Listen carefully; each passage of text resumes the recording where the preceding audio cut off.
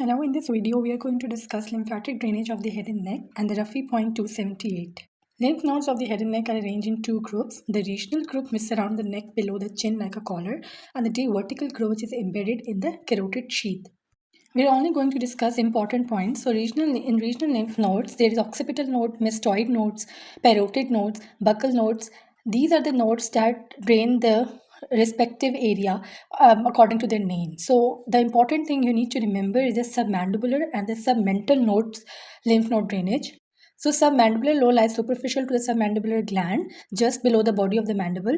So the drainage is they receive the lymph from the front of the scalp, the nose, the cheek, the upper and the lower lip, but not the central part of the lip, the frontal, maxillary and ethmoid sinuses, the upper and the lower teeth except the lower incisors, the interior two-thirds of the tongue except the tip, the floor of the mouth and the vestibule and the gums. It's important that you remember the exceptions, right? Because the tip of the tongue, the central part of the lower lip, and the lower incisors, along with the floor of the interior part of the mouth and the skin over the chin. These areas are drained, or the submental lymph nodes receive the lymph from these areas. So it's important because it can be asked in the MCQs.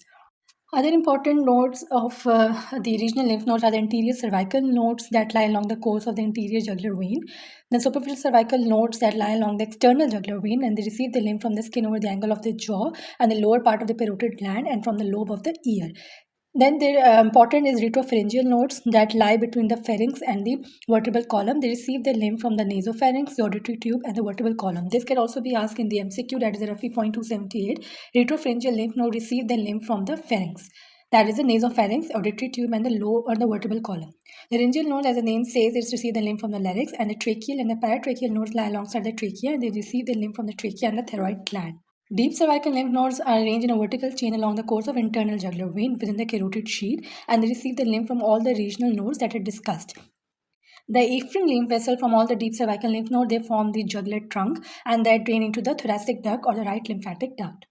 Jugular-digastric and jugular-omohyoid are the two important deep cervical nodes. Jugular-digastric nodes are important because they are also asked in the Ruffy point 278. A patient having enlarged jugular-digastric nodes, what is the cause of node enlargement? So the cause is the palatine tonsil, because the jugular-digastric node drain the tonsils that are located behind the angle of the jaw.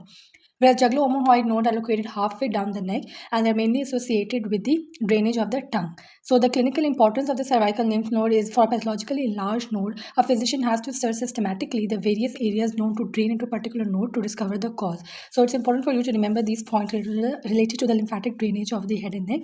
So we are going to discuss other points in the next videos. Thank you for listening.